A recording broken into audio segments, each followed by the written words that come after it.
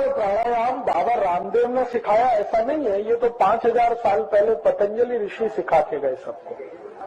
नहीं, मैं दूसरी बात, आपने जो बात है वो ठीक से समझी नहीं। बाबा रामदेव जब पूना आते हैं ना तो 1 कोटि रुपए लेके जाते हैं। मैं आपको दूसरी बात बताता हूँ, पतंजलि ऋषि ने ये ज्ञान फोकट में दिया था, किसी से पैसा नहीं लिया था। नहीं, ऐसा नहीं है, ज्ञान तो फोकट में ही देना चाहिए। कि ज्ञान को बेचना शुरू कर दिया तो उसकी कीमत थोड़े दिन में खत्म हो जाती है।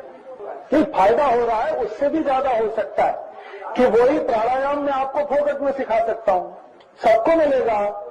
आप अगर रामदेव जी के रास्ते पे जाएंगे तो खतरनाक हो जाएगा, क्योंकि गांव आप योग प्राणायाम पैसा लेके सिखाएंगे तो बहुत तकलीफ आएगी।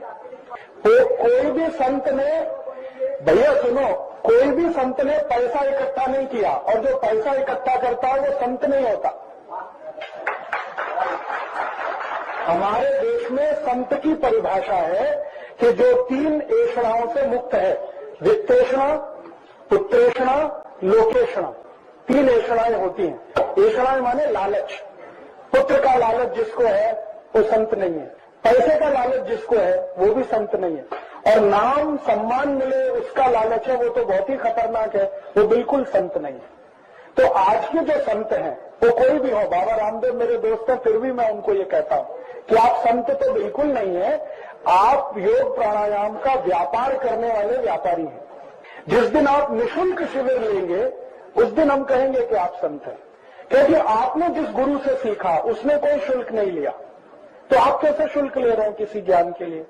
ये तो ज्ञान को बेचना हुआ, और ये तो अंग्रेजों से भी ज्यादा खतरनाक है। भारत में कोई भी संत को पैसा लेना ये बहुत बड़ा पाप है। संत के लिए तो है कि पैसे को छूना भी नहीं, क्योंकि उससे ऐषणा पैदा होती है, लालच। और उनका लालच पता है कितना बड़ा है? 100 कोटि इकट्ठा किया, अभी पेट नहीं भरा, अब कहते 1000 कोटि इकट्ठा करूंगा। पहले जब वो निकले थे योग प्राणायाम सिखाने तो कहते थे 100 कोटि आएगा तो बस। अब 100 कोटि से बहुत जास्ती आ गया, 600 कोटि आ गया, अब कहते 1000 कोटि आएगा तो बस। तो टाटा बिरला और रामदेव में अब क्या अंतर है? जबकि पतंजलि ऋषि ने योग प्राणायाम को बताया कि ये जीवन की सबसे आवश्यक ज्ञान है, इसलिए निःशुल्क मिलना चाहिए सबको, और उन्होंने उसका बिक्री शुरू कर दिया। अब पुणे में कोई गरीब आदमी कैसे सीखेगा योग प्राणायाम?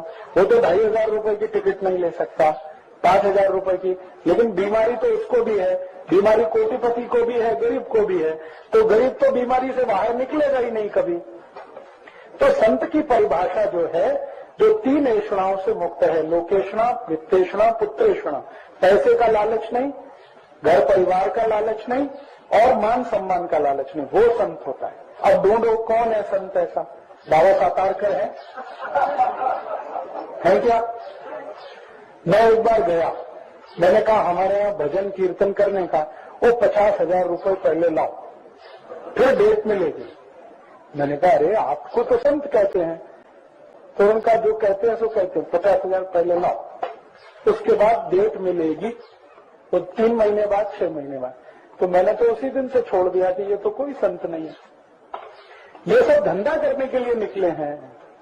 किसी को 50,000 लेना, किसी को 25,000, किसी को 10,000, किसी को 5,000। कोई अपनी सदिच्छा से दे वो बात अलग है, भावना से दे। आपने रेट फिक्स कर दिया, 50,000 चाहिए, 25,000 चाहिए, 15,000 चाहिए। ये तो हाँ, आसाराम बापू का 5 लाख रुपए, उनका रेट 5 लाख रुपए। आप बुलाओ उनको, 5 लाख से कम पे नहीं आते। और उसके बाद एसी गाड़ी चाहिए, नया घर चाहिए, एयर जो हवाई जहाज का टिकट चाहिए, वो सब अलग चाहिए। फिर उनके जो चेले चंगाटे आएंगे उनके लिए अलग से चाहिए। तो इसलिए मैंने कहा कि ये देश की सेवा नहीं, अपनी सेवा करा रहे हैं। पैसा इकट्ठा कर करके लेके जा रहे हैं, कोई हरिद्वार लेके जा रहा है, कोई अहमदाबाद लेके जा रहा है। परदेशी कंपनी लूट के परदेश लेके जा रही है, ये हमारे गांव से लूट के अपने गांव लेके जा रहे हैं। और वो कहते हैं हरिद्वार में आश्रम बना रहे हैं, तो आश्रम 1000 कोटि में बनता है क्या? और जहां आश्रम बनाना है वो उसका भी नियम है। भारत के शास्त्रों में सब नियम है। जैसे आपने पुणे से पैसा इकट्ठा किया तो आश्रम पुणे में ही बनना चाहिए, हरिद्वार में क्यों बनना चाहिए? क्योंकि जिन्होंने पैसा दिया उनको क्या लाभ मिलेगा आपके आश्रम का? अब पुणे वाले कोटि रुपए 2 बार दे चुके हैं रामदेव जी को, और उनको बीमारी आएगी तो हरिद्वार जाएं, फिर वहां से ठीक करा के लाएं अपने को। तो ये तो बहुत खतरनाक धंधा है भाई, इसमें संतपना कुछ नहीं है, ये शुद्ध व्यवसाय है। किसी ने योग प्राणायाम का चालू कर दिया, किसी ने भगवान राम का व्यवसाय शुरू कर दिया। राम कथा कह रहे हैं 5 लाख रुपए की, कृष्ण कथा कह रहे हैं 5 लाख रुपए की, ज्ञानेश्वरी की कथा कह रहे हैं 5 लाख रुपए की। ये सब धंधेबाज लोग हैं, इनमें कौन संत है बताओ ना आप। हाँ वो ठीक है, तो वही मैं कहना चाहता था आपसे, आपको मैं समझाना चाहता हूं कि संत की परिभाषा जो है, जो पैसे से कुछ मोह नहीं रखता हो, जिसको मान सम्मान की प्रतिष्ठा की चिंता ना हो, और जिसको कभी परिवार की ऐषणा ना हो, बीवी होनी चाहिए, बच्चे होने चाहिए, वो संत है। 3 लालच से मुक्त है, वो संत है, भले वो पढ़ा लिखा है नहीं पढ़ा लिखा है। तो इस परिभाषा पे आप कस कर देखो कौन संत है कौन नहीं है। जिसका टीवी में जाहिरात जाती है वो संत हो गया, ऐसा कुछ नहीं है। हो सकता है कोई गांव का साधारण व्यक्ति बड़ा संत हो, रामदेव जी से ऊंचा संत हो, सामान्य व्यक्ति। तो मैंने जो कहा है ना, बहुत सोच समझ के कहा है, और इन सबको मैंने बहुत अंदर से देखा है 15 साल। तब मैंने तय किया कि मैं भगवा नहीं धारण करूंगा। इनको देखने के बाद मैंने तय किया, नहीं तो मैं भी कर सकता हूं, करोड़ों रुपए कमा सकता हूं। फिर आपको मेरा व्याख्यान सुनने के लिए टिकट लेनी पड़ेगी, 500 रुपए टिकट दो, 1000 रुपए टिकट दो। फिर मैं कहूंगा एक गुरुकुल बनाता हूं, उसके लिए पैसा लगेगा। तो बहाने तो 50 हैं पैसा इकट्ठा करने के, उसकी तो कोई कमी नहीं है।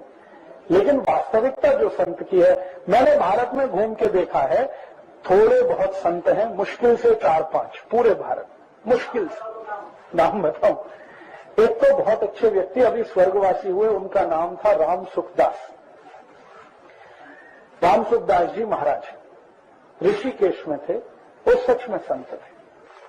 पैसे से कुछ लेना देना नहीं, मान सम्मान का कोई प्रश्न ही नहीं, और कोई पुत्रेषणा नहीं, वो तो एक थे। एक अभी दक्षिण में है, जीवित है, वो कभी आपने अगर उनका प्रवचन सुना है, ये जो उत्तर कर्नाटक है ना, उत्तर कर्नाटक में ये धारवाड़, हुबली, बेलगाम, इस एरिया में उनका बहुत महत्व है। श्री सिद्धेश्वर स्वामी, उनको पैसे से कुछ लेना देना नहीं, और इतने निरपेक्ष आदमी है कि उनका जो वस्त्र है ना, उसमें जेब भी नहीं है।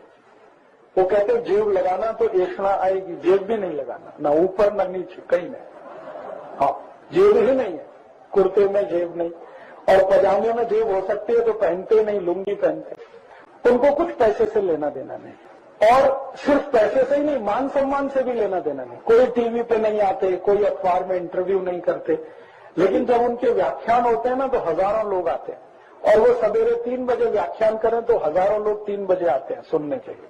और जब व्याख्यान करें तो इतना धीमे बोलते हैं कि अगर थोड़ा भी हल्ला गुल्ला हुआ तो आप सुन नहीं सकते, इसलिए पिन ड्रॉप साइलेंस रहता है। वो एक संत है। ये बड़े स्तर के, छोटे स्तर के और भी बहुत सारे संत हैं, गांव-गांव में हैं।